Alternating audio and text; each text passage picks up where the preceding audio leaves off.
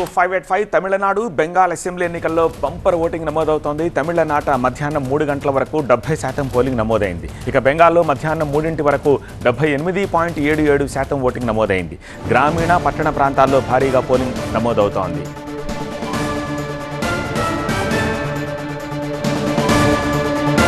చెన్నైలో పలువురు ప్రముఖులు ఓటేశారు. సీఎం స్టాలిన్ తన కుటుంబంతో కలిసి ఓటేశారు. ఓటు వేయడానికి సినీ నటులు తరలివచ్చారు. త్రిష, సూర్య, జ్యోతిక, విశాల్ తదితరులు ఓటు హక్కు వినియోగించుకున్నారు. విజయ్ బరిలో ఉన్న పెరంబూర్లో అత్యధికంగా 71% పోలింగ్ నమోదైంది.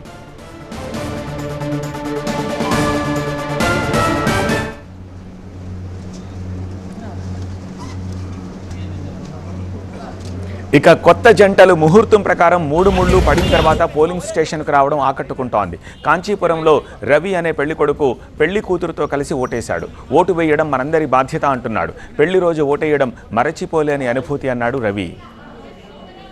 ఇక తిరుపత్తూరులో మరో జంట కూడా పెళ్లి మండపం నుంచి పోలింగ్ కేంద్రానికి అడుగులు వేశారు. వధూవరులిద్దరూ కలిసి ఓటు వేసి జనంలో చైతన్యం పెంచారు.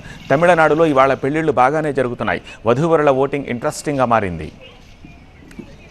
ఇక బెంగాల్లో పోలింగ్ సరళిని పరిశీలించారు కేంద్ర హోంశాఖ మంత్రి అమిత్ షా. వార్ రూమ్లో బీజేపీ కార్యకర్తలతో కలిసి పోలింగ్ సరళిని పరిశీలించారు. బెంగాల్లో తొలి దశ పోలింగ్ జరుగుతోన్న వేళ ప్రధాని మోదీ కూడా 2వ దశ ఎన్నికల ప్రచారం నిర్వహించారు. మధురాపూర్లో సభతో పాటు ఇతర సభల్లో కూడా పాల్గొన్నారు. అసెంబ్లీ ఎన్నికల వేళ బెంగాల్లోనే ప్రధాని మోదీ, అమిత్ షాలు క్యాంపు పెట్టడం ప్రాధాన్యత సంతరించుకుంది.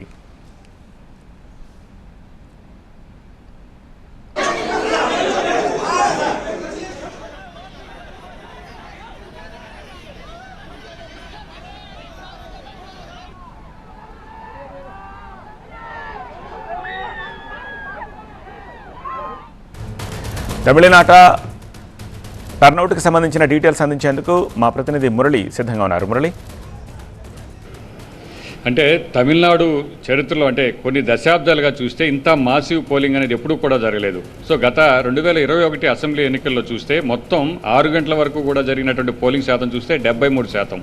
ఇక్కడ ఇవాళ జరుగుతున్నటువంటి ఈ పోలింగ్ సంబంధించి మధ్యాహ్నం 3 గంటలకే 70% పోలింగ్ నమోదైంది. అంటే ఇంకా 3 గంటల పాటు పోలింగ్ కొనసాగాల్సి ఉంది. ఇంకా మధ్యాహ్నం 3 గంటల వరకు కూడా చాలా తక్కువ పోలింగ్ అనేది ఉంటుంది మామూలుగా సాధారణంగా అయితే. కానీ ఈసారి మాత్రం 3 గంటల వరకు కూడా అత్యధిక పోలింగ్ అనేది నమోదైంది. సో మనం చూస్తూ ఉన్నాం పోలింగ్ కేంద్రాల్లో ఇప్పటి వరకు కూడా ఇంకా బారులు తీరి ఉన్నటువంటి ఓటర్లు మనం చూస్తున్నాం.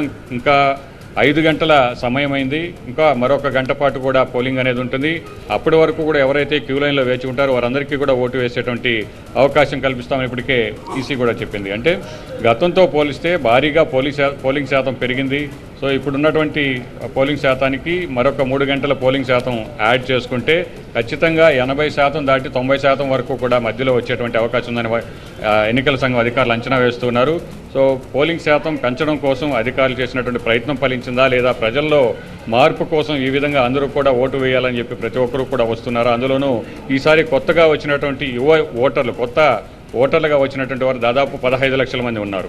సో వీరందరూ కూడా పోటీపడి ఓటు వేయడానికి వచ్చినటువంటి కారణంగానే ఓటింగ్ శాతం పెరిగిందా. సో ఎవరికి వారు లెక్కలు వేసుకుంటూ ఉన్నారు. పెరిగినటువంటి ఓటింగ్ శాతం మాకే పనిచేస్తుందని 3 పార్టీలు కూడా చెప్పుకుంటున్నటువంటి పరిస్థితి మనం చూస్తున్నాం. సో గతంలో చూస్తే డిఎంకే, ఏడీఎంకే 2 పార్టీలు మాత్రమే కూటమిలు ఏర్పాటు చేసి ప్రభుత్వాలను ఏర్పాటు చేసి ఎన్నికలు జరిగేటువంటి ప్రతి సందర్భంలో కూడా ముందుగా జనం పల్స్ ఏ విధంగా ఉందో తెలిసేటువంటి అవకాశం ఉంది. ఈసారి ఎన్నికల్లో ఏడీఎంకే గెలుస్తుంది, ఈసారి ఎన్నికల్లో డిఎంకే గెలుస్తుంది. కానీ ఇప్పుడు మాత్రం విజయ్ పార్టీ పెట్టిన తర్వాత ఈ త్రిముఖ పోరులో ఈ పోలింగ్ పర్సంటేజ్ పెరిగిన తర్వాత ఒక అయోమయం అయితే నెలకొంది. ఎవరికి కూడా ఏం అర్థం కానిటువంటి పరిస్థితి.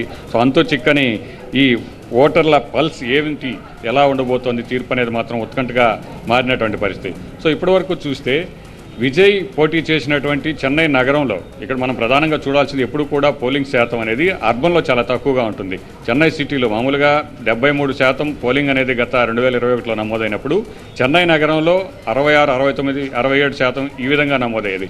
కానీ ఇప్పుడు చెన్నై సిటీ మొత్తం కూడా 69% పోలింగ్ నమోదైతే విజయ్ చెన్నై సిటీ పరిధిలో పోటీ చేస్తున్నటువంటి పెరంబూరులో 71% పోలింగ్ అనేది ఇప్పటివరకు నమోదైంది. అంటే విజయ్ పోటీ చేస్తున్నటువంటి ఆ ప్రాంతంలో ఓటర్లు పోటీపడి మరి ఓట్లు వేశారని మనం చాలా స్పష్టంగా చూడొచ్చు.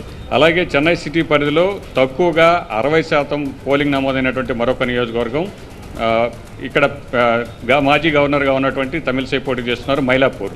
సో టోటల్గా చూస్తే మాత్రం విజయ్ ఫ్యాక్టర్ ఈ పోలింగ్ శాతం పెరగడానికి కారణమా, లేదంటే ప్రభుత్వంపై ఉన్నటువంటి వ్యతిరేకత కారణమా, లేదా ఏం జరగబోతుంది అనేది మాత్రం తమిళనాడు వ్యాప్తంగా ఒక ఉత్కంఠ నెలకొన్న పరిస్థితి మాత్రం మనకి ఇక్కడ కనబడుతుంది. రైట్ మురళి. బెంగాల్ తొలి దశ పోలింగ్లో చాలా చోట్ల హింస చెలరేగింది. సిలిగురి, కూచ్ బిహార్, ముర్షిదాబాద్లో పోలింగ్ సందర్భంగా హింస చెలరేగింది. కుమార్గంజ్లో బీజేపీ అభ్యర్థిపై స్థానికులు దాడి చేశారు. పోలీసుల సమక్షంలోనే బీజేపీ అభ్యర్థి సుబేందు సర్కార్పై దాడి జరిగింది. 8 పోలింగ్ బూత్ల నుంచి తమ పార్టీ ఏజెంట్లను తరిమేశారని సుబేందు సర్కార్ ఆరోపించారు.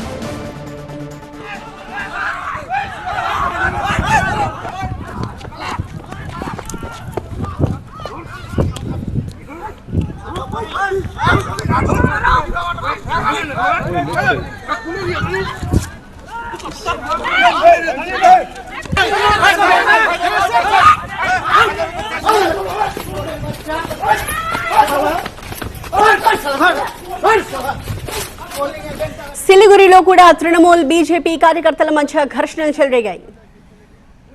ముర్షిదాబాద్ లో టెన్షన్ వాతావరణం నెలకొంది. తృణమూల్ కు ఏజేయూపీ నేత హుమాయూన్ కబీర్ అనుచరులకి మధ్య ఘర్షణ జరిగింది. హుమాయూన్ కబీర్ కి వ్యతిరేకంగా టీఎంసీ కార్యకర్తలు నినాదాలు చేశారు.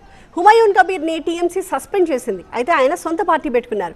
ఈ ఉదయం పోలింగ్ ప్రారంభమైన తర్వాత ఆ ప్రాంతంలో గొడవలు జరిగాయి. అలాగే అసన్సోల్లో బీజేపీ అభ్యర్థి అగ్నిమిత్ర పాల్ కార్ పై కూడా దాడి జరిగింది. రాళ్లు, కర్రలతో ఆమె కారుపై దాడి చేశారు. ఈ దాడిలో అగ్నిమిత్ర పాల్ కార్ ధ్వంసమైంది. టీఎంసీ కార్యకర్తలపై హరిపూర్ పోలీస్ స్టేషన్లో ఆమె ఫిర్యాదు చేశారు.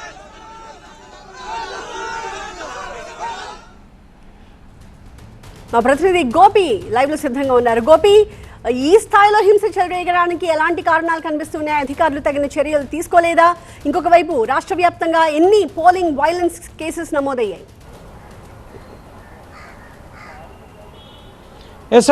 చెదురుమదురు ఘటనలు చోటు చేసుకున్నాయి. బెంగాల్ మొదటి విడత అసెంబ్లీ ఎన్నికల పోలింగ్లో 152 కాన్స్టిట్యున్సీస్కి సంబంధించి ఈ తొలి విడతలో పోలింగ్ ఈరోజు జరిగింది. ముర్షిదాబాద్లో, అలాగే కుమార్గంజ్లో, అలాగే అసన్సోల్ మరికొన్ని ప్రాంతాల్లో పూర్తిగా 2.5 లక్షల మంది కేంద్ర బలగాలు, అలాగే రాష్ట్ర పోలీసు బలగాలు, వీరందరూ ముఖ్యంగా భద్రతా నడుమ ఈ ఎన్నికలు నిర్వహించడం జరిగింది. ఒక రకంగా చెప్పాలంటే చాలా తక్కువ సంఖ్యలోనే ఈ ఘటనలు ఈసారి నమోదయ్యాయి. ముఖ్యంగా ఎప్పుడు కూడా ఎక్కువ విడతల్లో బెంగాల్ అసెంబ్లీ ఎన్నికలు జరుగుతాయి. ఈసారి కేవలం 2 విడతల్లో 23వ తేదీ, 29వ తేదీ 2 విడతల్లో మాత్రమే ఫిక్స్ చేసి భారీ భద్రత నడుమ ఈ ఎన్నికలు నిర్వహించడం జరిగింది. అయినప్పటికీ కూడా ముఖ్యంగా కుమార్గంజ్లో బీజేపీ అభ్యర్థిపైనే టీఎంసీ కార్యకర్తలు దాడి చేసినట్లుగా బీజేపీ ఆరోపించడం జరిగింది. సో ఆ వీడియోలు కూడా వైరల్ అయ్యాయి. సో ఎవరైతే ఆ బీజేపీ అభ్యర్థిపైన దాడికి పాల్పడ్డారో సో ఆ వీడియోలో కనిపించే వారందరినీ కూడా అరెస్ట్ చేయాలని చెప్పి ఎన్నికల సంఘం ఆదేశించడం జరిగింది. సో ఎక్కడెక్కడైతే చెదురుమదురు ఘటనలో పోలింగ్కి సంబంధించి అడ్డుకునే ప్రయత్నాలు, అలాగే రాళ్ల దాడులు, ఈ విధంగా ముఖ్యంగా అల్లర్లు జరిగాయి. సో అక్కడ వీడియోల ఆధారంగా పోలీసులు చర్యలు తీసుకోవాలని చెప్పి ఇప్పటికే ఎన్నికల సంఘం ఆదేశించడం జరిగింది. ముఖ్యంగా కొంత పోలింగ్ పర్సంటేజ్ని దెబ్బతీసేందుకు, లా అండ్ ఆర్డర్ని డిస్టర్బ్ చేసేందుకు కొన్ని అల్లరి ముక్కలు అయితే ప్రయత్నాలు చేశాయి. వాటిని సమర్థవంతంగా భద్రతా దళాలు తిప్పికొట్టాయని మనం చెప్పాల్సి ఉంటుంది. ఎన్నికల సంఘం కూడా ముఖ్యంగా ఎస్ఐఆర్ ప్రక్రియ జరిగిన తర్వాత రికార్డు స్థాయిలో బెంగాల్లో కూడా పోలింగ్ పర్సంటేజ్ అనేది నమోదవుతున్న పరిస్థితి. మధ్యాహ్నం 3 గంటల వరకే 78% పోలింగ్ అనేది నమోదైంది. సో మొత్తం ఈ వచ్చే 3 గంటల పోలింగ్ శాతం కలిపితే కనుక ముఖ్యంగా ఇది 85+% వరకు రీచ్ అయ్యే అవకాశం కనిపిస్తోంది. ముస్లిం ఓట్లు ఈసారి ఇటువైపు ముఖ్యంగా వరుసగా 3 సార్లు అధికారంలో ఉన్న టీఎంసీ ప్రభుత్వాన్ని గద్దెదించాలని చెప్పి ఈరోజు సెకండ్ ఫేజ్కి సంబంధించిన ఎన్నికల ప్రచారాల్లో ఓ పక్క మోడీ ప్రసంగిస్తున్నారు, మరోపక్క అమిత్ షా ఈ పోలింగ్ సరళిని ఎప్పటికప్పుడు బీజేపీ కార్యకర్తలను, నేతలను అడిగి మానిటర్ చేసిన పరిస్థితి ఉంది. సో ఈ పెరిగిన పోల్ పర్సంటేజ్ అనేది ఎవరికి ప్లస్ అవుతుంది? టీఎంసీ మమతా బెనర్జీకి మరోసారి పట్టం కడతారా, లేక బీజేపీకి అక్కడ అవకాశం ఇస్తారా?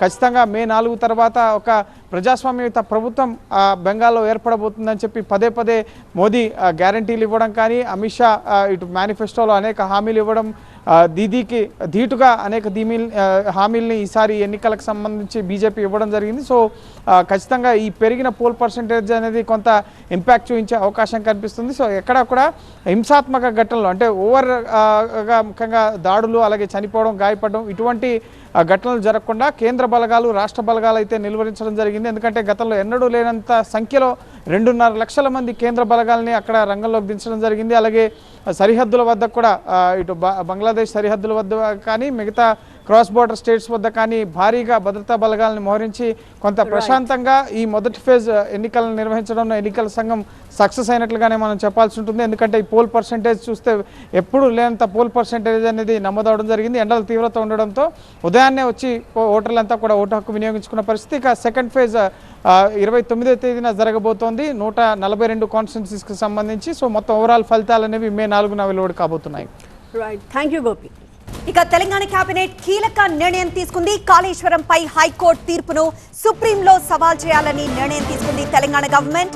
సుప్రీంకోర్టులో స్పెషల్ లీవ్ పిటిషన్ వేయనుంది ప్రభుత్వం. ఆర్టీసీ కార్మికుల సమ్మెపైన కూడా కేబినెట్ చర్చిస్తోంది.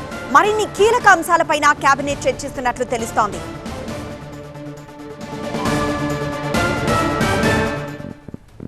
మరింత సమాచారం మా ప్రతినిధి ప్రభాకర్ అడిగి తెలుసుకుందాం. ప్రభాకర్, ఆర్టీసీ సమ్మెపై ఎలాంటి కీలక నిర్ణయం తీసుకోనుంది ప్రభుత్వం? మరొక విషయం, ఇక్కడ కాళేశ్వరంపై హైకోర్టు తీర్పును సవాల్ చేయనున్న నేపథ్యంలో ఎలాంటి అంశాలతో సవాల్ చేయనుంది?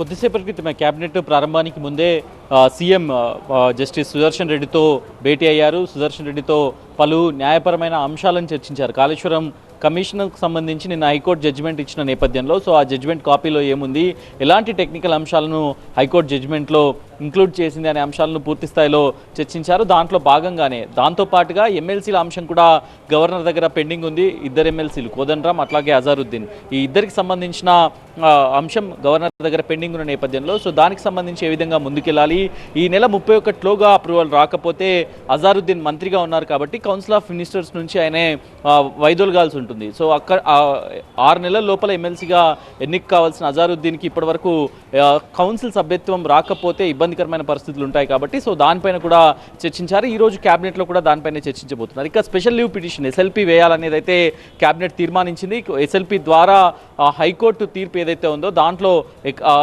ఎవరినైతే సాక్షులుగా ఉన్నారో వారిని క్రాస్ ఎగ్జామినేషన్ కోసం పిలవలేదు అనే అంశాన్ని ప్రధానంగా తీసుకున్న నేపథ్యంలో సో దానికి సంబంధించి ఆ టెక్నికల్ ఇష్యూస్ని మళ్ళీ క్లియర్ చేయడానికి ఎస్ఎల్పీలో ఇవన్నీ కూడా ఇంక్లూడ్ చేయనున్నారు. సో దాంతోపాటుగా ఆర్టీసీ సమ్మె గురించి కూడా ప్రత్యేకంగా చర్చ జరుగుతుంది. 29 అంశాలకు సంబంధించి ప్రభుత్వం ఇప్పటికే మేము రెడీగా ఉన్నాం పరిష్కరించడానికి అని చెప్తున్నారు. కాకపోతే 32 డిమాండ్లు ఉన్నాయి. సో ఆ 32 డిమాండ్లకు సంబంధించిన చర్చ జరగాలంటూ కార్మిక సంఘాలు చెప్తున్న నేపథ్యంలో సో వాటి సాధ్యాసాధ్యాల గురించి కూడా క్యాబినెట్ చర్చించనుంది. అవసరమైతే ఒక క్యాబినెట్ సబ్ కమిటీని కూడా ఏర్పాటు చేయడానికి క్యాబినెట్ తీర్మానం చేయనుంది. సో వీటితో పాటుగా మే నెలాఖరులో జెడ్పీటీసీ ఎంపీటీసీ ఎన్నికల నిర్వహణ మిగతా అంశాలపైన కూడా క్యాబినెట్ డిస్కస్ చేయనుంది. చాలా సుదీర్ఘంగా జరిగే అవకాశం కనిపిస్తుంది. ఎందుకంటే రొటీన్ కంటే భిన్నంగా ఈరోజు చాలా కీలకమైన అంశాలు ఉన్న నేపథ్యంలో అటు ఎమ్మెల్సీల అంశం, కాళేశ్వరం అంశం, అట్లాగే ఆర్టీసీ సమ్మె, ఈ 3 చాలా మేజర్ ఇష్యూస్ ఉన్నాయి కాబట్టి కొంత సుదీర్ఘంగానే జరిగే అవకాశం అయితే కనిపిస్తుంది. ఎస్ ప్రభాకర్.